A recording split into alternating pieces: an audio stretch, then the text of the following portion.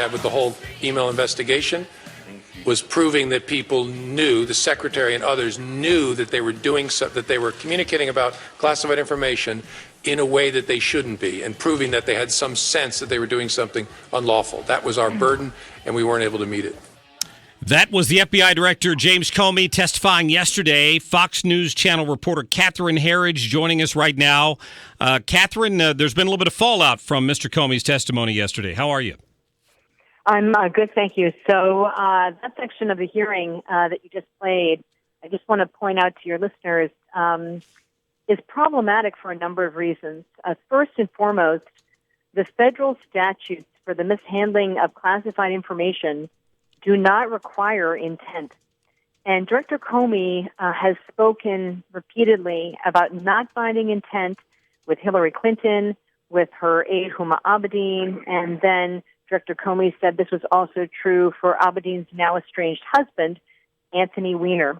But I've been going through other court filings from previous cases, and what I see is that the government typically proves intent by showing the individual signed a document saying they understood they would be receiving classified information and that there were certain requirements for handling that information. So they had knowledge, and then they went against what they'd agreed to with the government, and that's intent.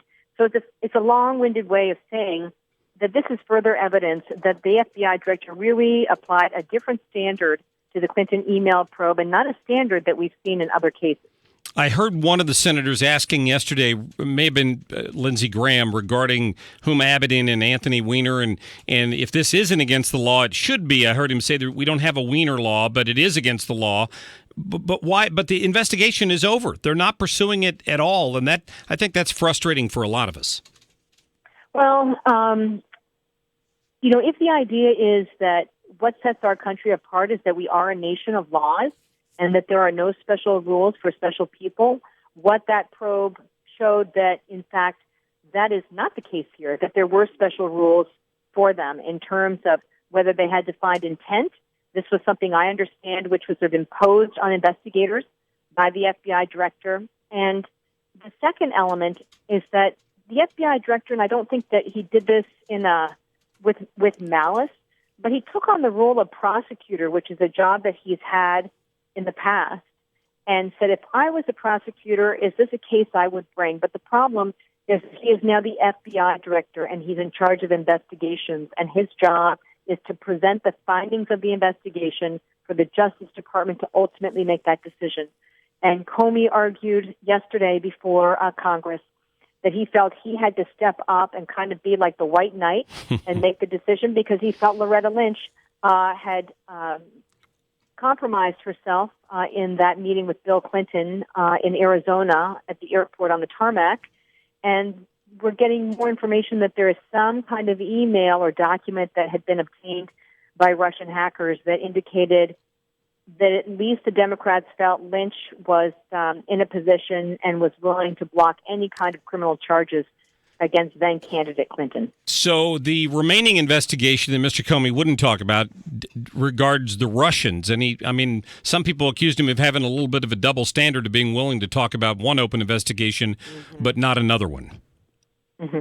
Well, the Democrats really joined the chorus with Mrs. Clinton, saying they felt Director Comey's decision to reopen the email case 11 days before the election was a primary factor that caused her to lose. And they argued that he spoke publicly about the closure of the Clinton email case and then the reopening, yet he never offered any confirmation publicly that there was an ongoing counterintelligence investigation into allegations that there were inappropriate contacts between members of the Trump team and Russian operatives. And they said this was an unfair advantage for candidate Trump and really detrimental to the Democratic candidate. And I think the moment that really summed up the exasperation came from the Senate chairman of the Judiciary Committee, Chuck Grassley, who is not someone to lose his temper in a public setting.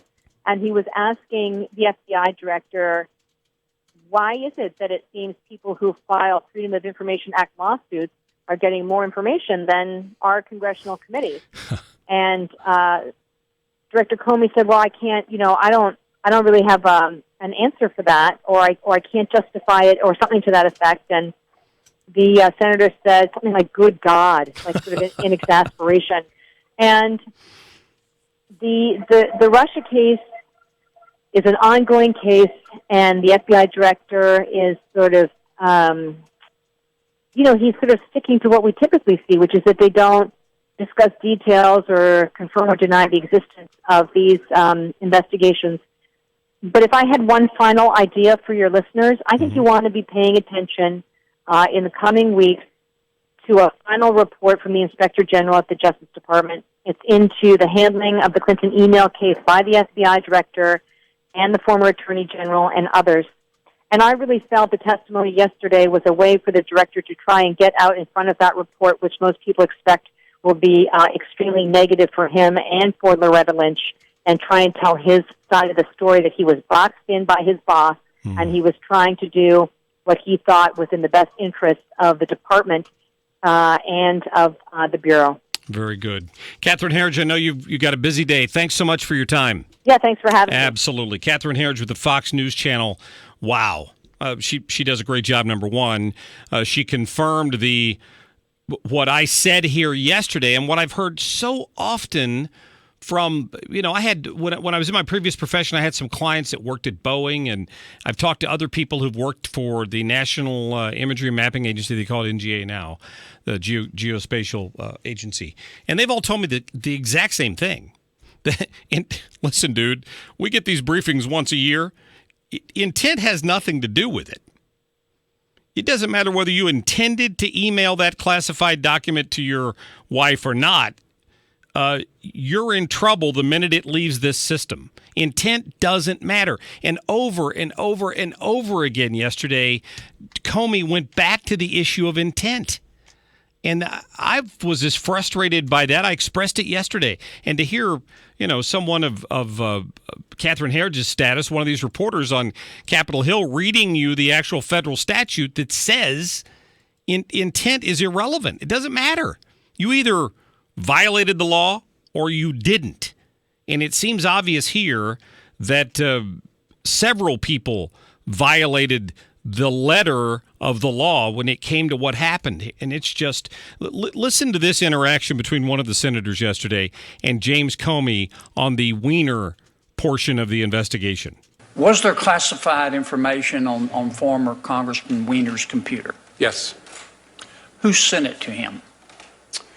His then spouse, Huma Abedin, appears to have had a regular practice of forwarding emails to him, for him, I think, to print out for her, so she could then deliver them to the Secretary of State. Did former Congressman Weiner read the classified material?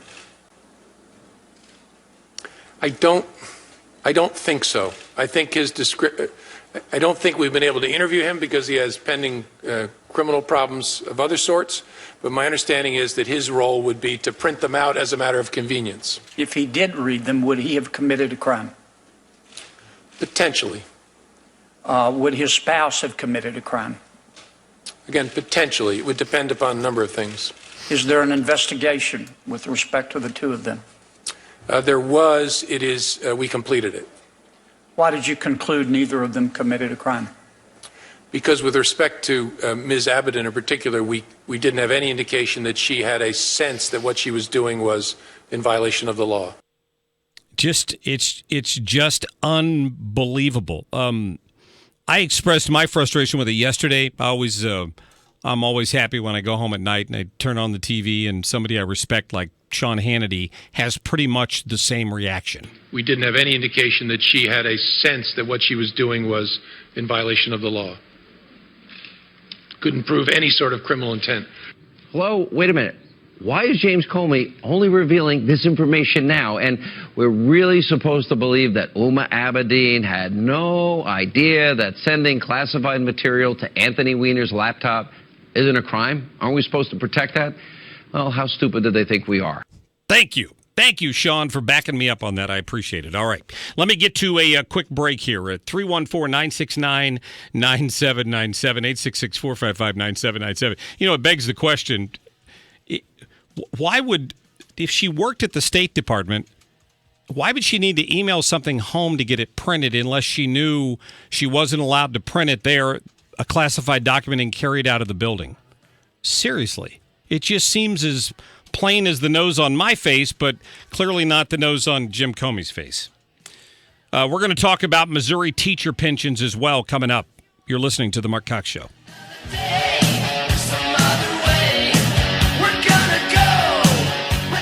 This is The Mark Cox Show.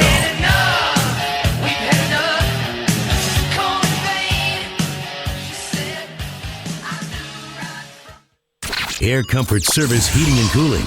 Weather with Dave Murray.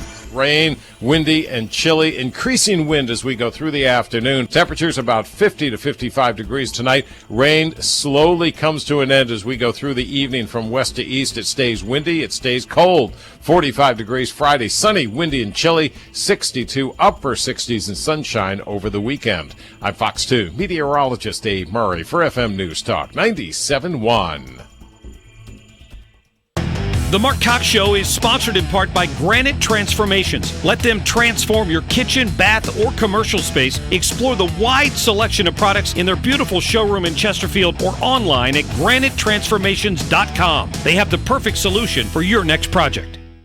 Speaking of emails and internet security, which we talked about here just a second ago, the folks at ThrottleNet deal with this every day. They deal not only with email systems at work, but also storage systems and cloud storage. And they just tell us some nightmare stories of the attacks and the different approaches that these hackers and scammers will take to try to get into your system. I know you read the story in the Post a couple months ago about the fact that the library system got basically hacked, and then they wanted ransom in order to give back the information. Don't put your business in that position. Let ThrottleNet come in and show you what they can do for you. Let them show you how they operate differently than some of the other IT companies in town because they don't have long-term contracts. You can walk away if you're not happy. They give you 24-hour-a-day support the whole year long. That's a huge deal. So go to ThrottleNet, call them at 866-826-5966, or just visit their website, sign up for their emails at throttlenet.com. Hey, it's Michael Mohan with Community Mortgage. Let me throw some numbers at you. Start with the number 3, as in fixed rates still in the 3s. Home prices are up, and it's time to use that equity to take cash out for a remodel or to pay off debt before the next Fed rate hike. Next number, 0, as in you pay 0 closing costs, 0 lender fees, 0 appraisal fees, even 0 title fees. How about more zeros, as in 0 PMI? If you're in the market to buy a home, I can also get rid of the dreaded private mortgage insurance, giving you a lower payment so you can get a better house. Now, the number you need to unlock a better mortgage, my phone number, 314-336-6050. Whether you are refinancing, buying a home, or need to take cash out, call Michael Mohan at Community Mortgage, 314-336-6050. 336-6050. Online at communitymortgagestl.com. Community Mortgage LLC. APRs in the 3s. NMLS 224-143-2503-353. Kubota's Orange Opportunity Sales Event is going on now. Get commercial-grade performance and a full 4-year factory warranty at a price you can afford with a new Commander Zero-Turn Mower.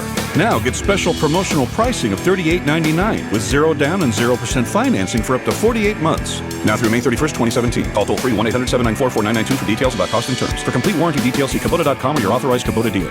Visit MissouriKubotaDealers.com or IllinoisKubotaDealers.com.